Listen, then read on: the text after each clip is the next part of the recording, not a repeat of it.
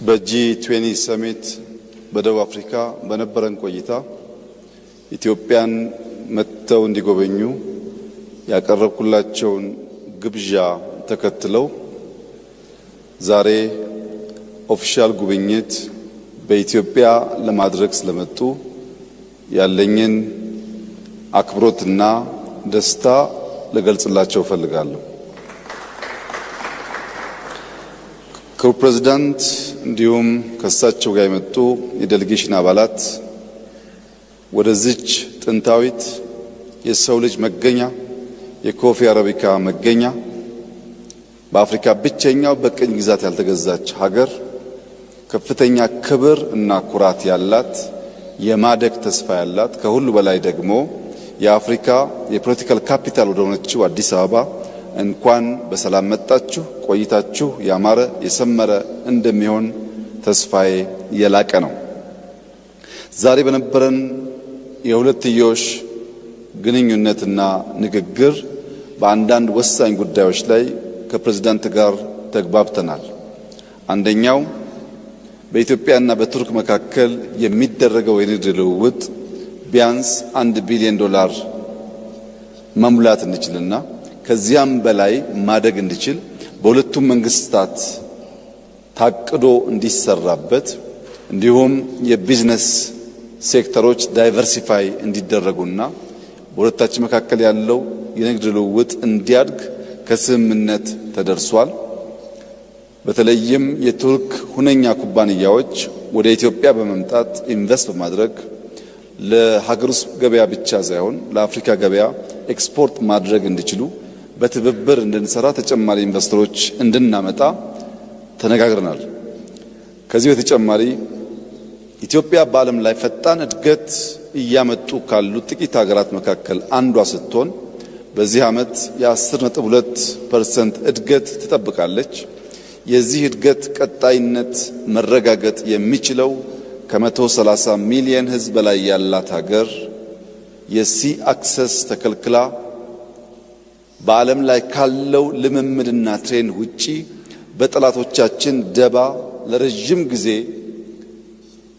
የጂኦግራፊ እስረኛ ሆና እንድትቆይ መደረጉ ትክክል አለመሆኑንና እንደ ቱርኪያ ያሉ የኢትዮጵያ ወዳጆች በዲፕሎማቲክ መስኩ ጫና በመፍጠር በሰላማዊ መንገድ ኢትዮጵያ የሲ አክሰስ ማግኘት የምትችልበት ሁኔታ እንዲያግዙ በስፋት ተወያይተናል።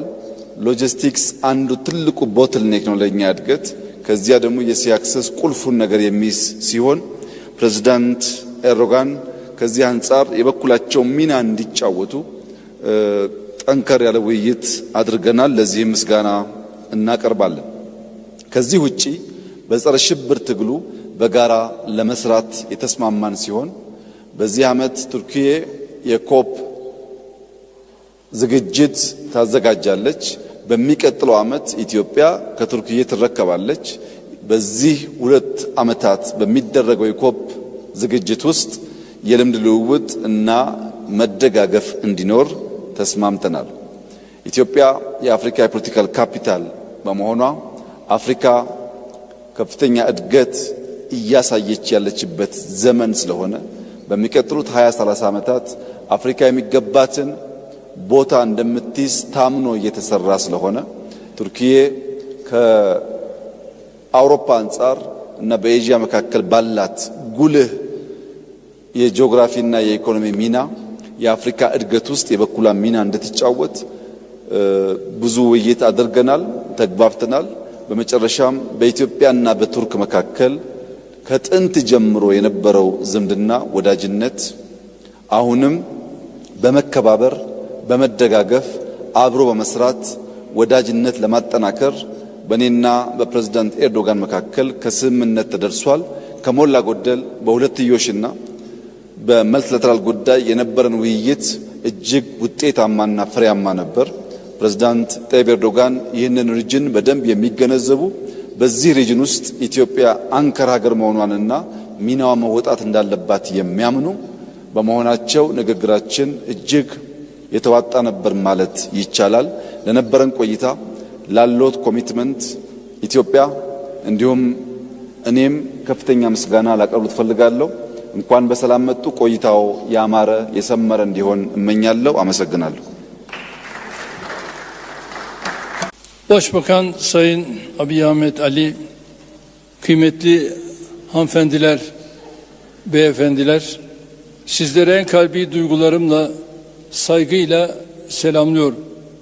11 yıl aradan sonra Addis Ababa'yı ziyaret etmekten büyük bir memnuniyet duyduğumu özellikle belirterek konuşmama başlamak istiyorum.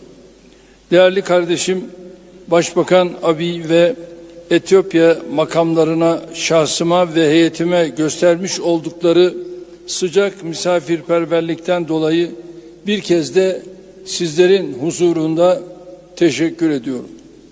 Etiyopya bizim için kardeş ülke olmanın yanı sıra biraz önce yaptığımız görüşmelerde Sayın Başbakan ve heyetiyle ticari yatırımlar, enerji, madencilik, tarım, iletişim ve eğitim alanlarındaki ilişkilerimizi etraflıca görüştük. Diğer birçok alandaki potansiyel işbirliklerini nasıl değerlendirmemiz, 1 milyar dolar ticaret hacmi hedefimize nasıl ulaşırız, bunları da ele aldık. Etiyopya'daki ikinci yatırımcı ülke olmakta memnuniyet duyuyoruz. 200 aşağı firmamızın 2,5 milyar dolara kadar yatırımlarıyla yaklaşık 20 bin Etiyopyalı'nın istihdamına destek olması bizler için kıvanç vesilesidir. Türk müteahhitlik firmaları Etiyopya'da demiryolu, ulaşım, özellikle fabrika, turistik tesis ve enerji nakil hatları gibi faaliyet alanlarında in fields such as railway and transport infrastructure, factories, tourism facilities, and power transmission lines. Inshallah, God willing, this will even increase further. We attach great importance to further developing our centuries-spanning relations with the friendly people of Ethiopia. As you already know, Ethiopia it also holds invaluable significance in terms of Islamic culture. The Nejashi tomb and mosque in the village of Nejash, known as the first Muslim settlement in Africa, they both are quite important in terms of our cultural ties. With the support of TICA, i.e. the Turkish Cooperation and Coordination Agency, with the project involving the restoration and renovation works carried out, we have not only preserved a significant cultural heritage of African history, but also strengthened the ancient bonds of friendship between us and Ethiopia. In addition to the educational activities of our Maarif Foundation, we'll continue to build further cultural bridges between us through our TICA office. We're always by the side of the wonderful people of this sincere region based on equal partnership and mutual understanding. Distinguished members of the press, I congratulate Prime Minister Abiy on the political, social, and economic transformation of Ethiopia since he took office. With the eyes of the whole world turned to the Horn of Africa, Ethiopia's long-established state structure and exemplary governance are becoming more and more important.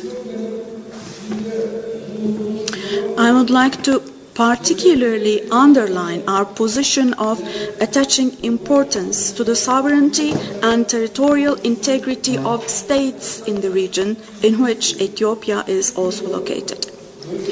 Turkey would never want to see new conflicts and new pain added to those already suffered in this region. We believe that this region's problems should be solved by the countries of the region itself, and that the Horn of Africa should not be turned into a battleground for foreign powers. In this regard, I would like to reiterate that Israel's recognition of Somaliland would be of no benefit either to Somaliland or to the Horn of Africa. And on this occasion, I would like to thank both sides again for their attitudes in the Ankara process, which we recently mediated between Ethiopia and Somalia.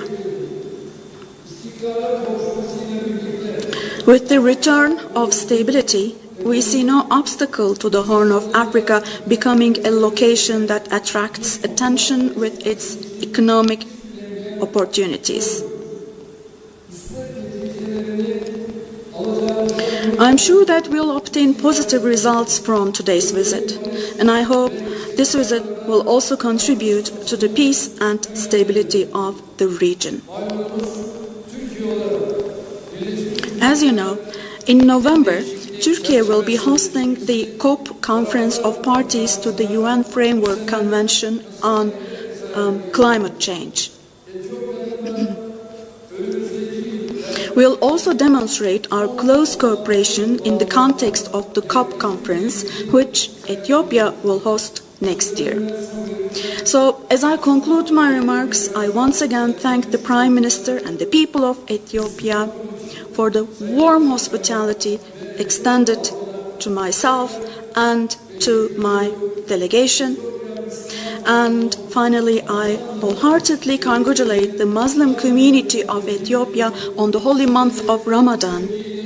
And I greet you all with warm feelings and with high regards. Very much. Thank you.